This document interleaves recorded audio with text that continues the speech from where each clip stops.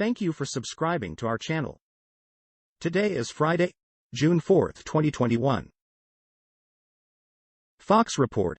Slain California firefighter's daughter wears his jacket at graduation. The daughter of a California firefighter killed at his station earlier this week wore his jacket to her high school graduation to honor him. Joslyn Carlon graduated Thursday from Saugus High School in Santa Clarita. The ceremony fell just a few days after her father, Tori Carlon, 44, was shot at Station 81 in Agua Dulce. Joslyn wore her father's firefighter jacket over her graduation robes when she accepted her diploma. BBC report. Nigeria to suspend Twitter indefinitely. The ban is due to the persistent use of the platform for activities capable of undermining Nigeria's corporate existence, according to a statement released on Friday. It comes just days after a tweet by President Muhammadu Buhari was removed for breaching the site's rules. The statement did not mention the row. Information Minister Lai Mohammed previously criticized the U.S. social media giant's decision, calling it double standards. Fox report. Florida inmate confesses to 6 Pennsylvania killings, reportedly spoke of more. A Florida inmate serving 2 life sentences for multiple murders has confessed to murdering 6 additional people in Pennsylvania in the 1970s. According to a Wednesday statement from Pennsylvania State Police, PSP, 79-year-old Edward A.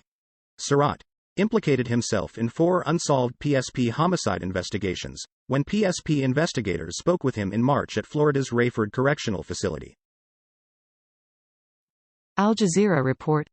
Violence eclipses upcoming midterm elections in Mexico. With campaigning finished as Mexico's midterm elections approach, many hope the bloodshed is over in what experts have described as one of the bloodiest election seasons in recent history. According to Etellect, a security consultancy firm, at least 89 politicians, including 35 candidates, have been killed in more than 200 days of campaigning. Separately, the firm registered 782 attacks against politicians and candidates, ranging from verbal threats and intimidation to beatings, property damage, kidnappings, attacks on family members and abuse of authority. BBC report. Facebook suspends Trump accounts for 2 years. He was barred indefinitely from both sites in January in the wake of posts he made on the U.S. Capitol riots, but last month Facebook's oversight board criticized the open-ended penalty. Facebook said Mr. Trump's actions were a severe violation of our rules. Mr. Trump said the move was an insult to the millions who voted for him in last year's presidential election. Facebook's move comes as the social media giant is also ending a policy shielding politicians from some content moderation rules. Fox report. Iranian ships round Cape of Good Hope for first time, possibly toward Venezuela, reports. 2 Iranian ships have rounded the Cape of Good Hope, appearing to head for the Atlantic Ocean and onto Venezuela. According to reports, the move presents a significant and aggressive step during a tense moment in relations between the U.S. and Iran. The 2 ships, an Iranian frigate and the Makran, an oil tanker that was converted to a floating forward staging base, made their way south along the eastern coast of Africa and rounded the Cape of Good Hope on Friday. CNN report. Few Israelis wanted a leader to the right of Netanyahu. Naftali Bennett is set to oust his old boss anyway. After the 2019 elections, Naftali Bennett's right-wing party failed to cross the electoral threshold and had no seats in Israel's parliament. 2 years later, he's on the verge of becoming the country's next prime minister. A former chief of staff to then opposition leader Benjamin Netanyahu, Bennett could now unseat his former boss, bringing an end to Netanyahu's run as the country's longest-serving prime minister. Fox report. China's deadly Tiananmen crackdown remembered by hundreds in Hong Kong despite ban. No one attended an annual candlelight vigil inside Hong Kong's Victoria Park on Friday, but hundreds gathered on streets outside to remember China's deadly crackdown in Beijing's Tiananmen Square in 1989 as Hong Kong police cordoned off much of the park to prevent gatherings. Police arrested an organizer of the vigil earlier in the day and warned people not to attend the banned event as authorities mute China's last pro-democracy voices. CNN report. Amazon changes employee policies for time off. Marijuana. Amazon announced Tuesday it supports the federal legalization of marijuana, and that the company is revising a controversial workplace policy critics say has been used to keep employees working at a breakneck pace. The twin announcements, Amazon said, are aimed at reiterating the company's commitment to being an attractive employer. In a blog post, Dave Clark, CEO of Amazon's worldwide consumer division, said changing state laws on marijuana mean Amazon, AMZN, will no longer include the substance in the company's pre-employment drug tests and that the drug will now be treated the same as alcohol. BBC report. Japan panda, possible pregnancy bumps restaurant stock price. 15-year-old giant panda Shin Shin is showing signs of pregnancy, the zoo announced. However, her condition has not yet been confirmed and false pregnancies are common in the mammals.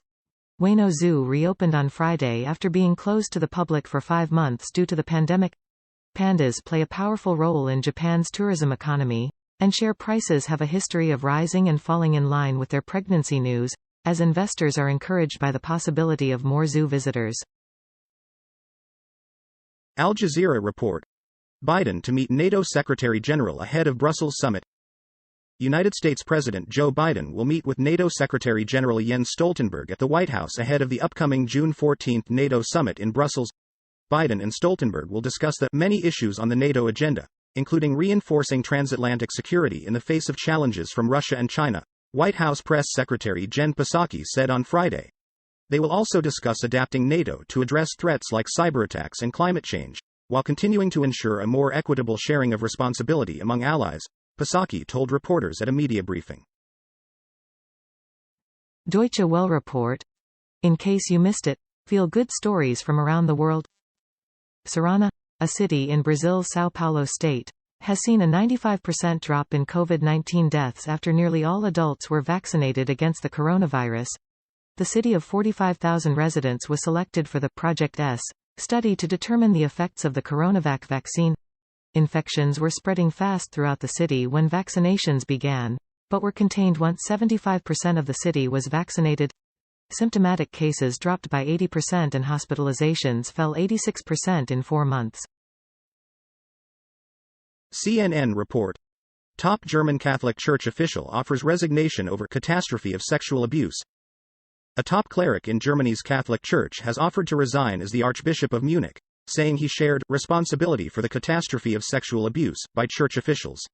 In essence, it is important to me to share the responsibility for the catastrophe of the sexual abuse by church officials over the past decades, Cardinal Reinhard Marx wrote to Pope Francis in a letter sent on May 21 that was published Friday. Deutsche Welle report. Alexei Navalny marks 45th birthday in prison.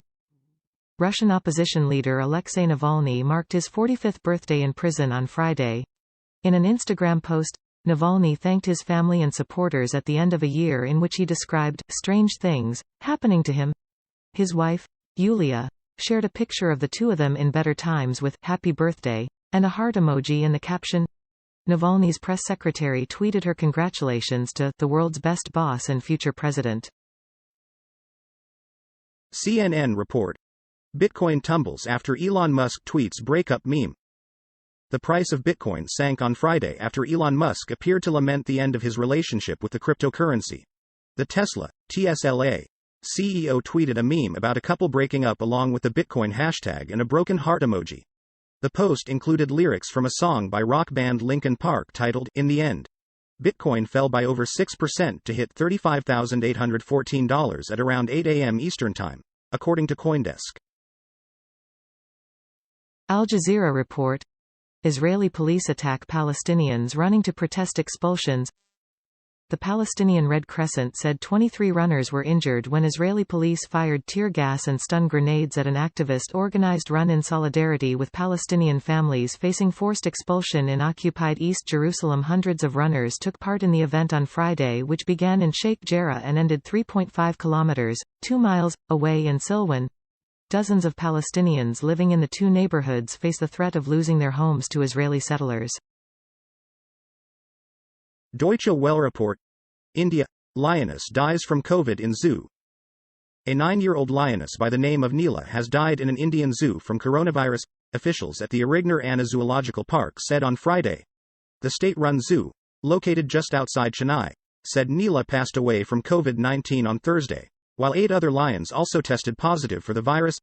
Samples of tigers and other large mammals are being sent for testing, the statement added. The zoo said 5 lions started showing loss of appetite and occasional coughing on May 26, which prompted the zookeepers to send samples away for testing from 11 lions in total. Thank you for watching 5 p.m. recap. To be notified, you can subscribe our channel and activate the bell.